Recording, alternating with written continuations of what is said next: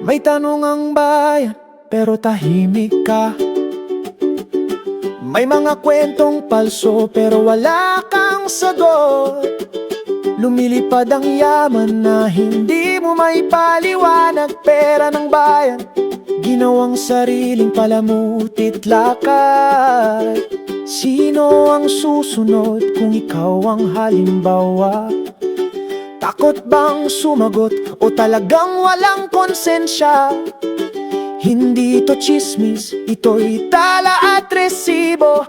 Porket may kapangyarihan, akala mo'y ligtas sa kaso.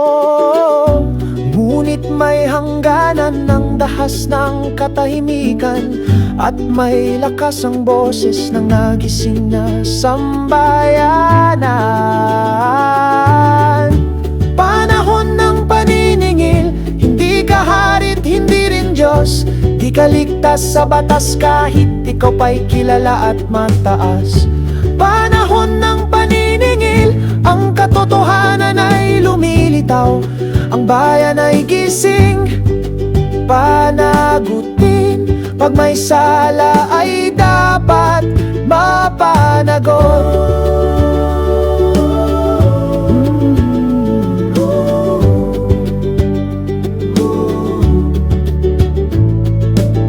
Ilang silid-aralan ng maaaring naitayo, ilang guro ang sana'y tinulungan ninyo. Pero ba't sa confidential phone ka kumapit, habang ang batang Pilipino'y nagkakanda hirap kapalit? Ang pondo'y hindi laruan ng sariling luho. Ito'y pawis ng masa, hindi ng mga trono. Habang may gutom sa kalye at laylayan, ikaw na may pasyal at pabida sa harap ng bayan.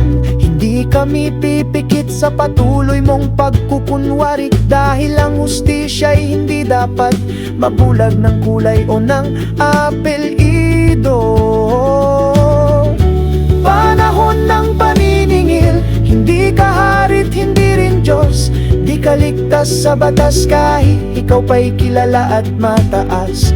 Panahon ng paniningil, ang katotohanan ay lumilitaw. Ang bayan ay gising, panagutin.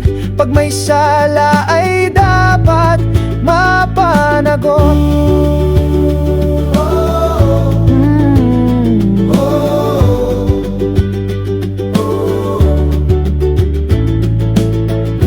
Hindi galit ang bayan ay gising. Ang bayan ay nagbibilang, at ang kasaysayan ay di mo maiiwasan. Panahon ng paniningil, hindi kami bulag sa iyong gawin. Di na uso ang palusot, ang hustisya ay dumarating sa tamang oras. Panahon ng paniningil, sa salamin ay di mo kayang umiwas. Ito ang aming tinig, impeachment ay hustisyang likas. At kung di ka man makinig, ang panahon ay magpapasya. Ang batas ay muling babangon, at ang bayan magwawagi rin sa wakas. At kung di ka man makinig, ang panahon ay magpapasya. Ang batas ay muling babangon, at ang bayan magwawagi rin sa wakas.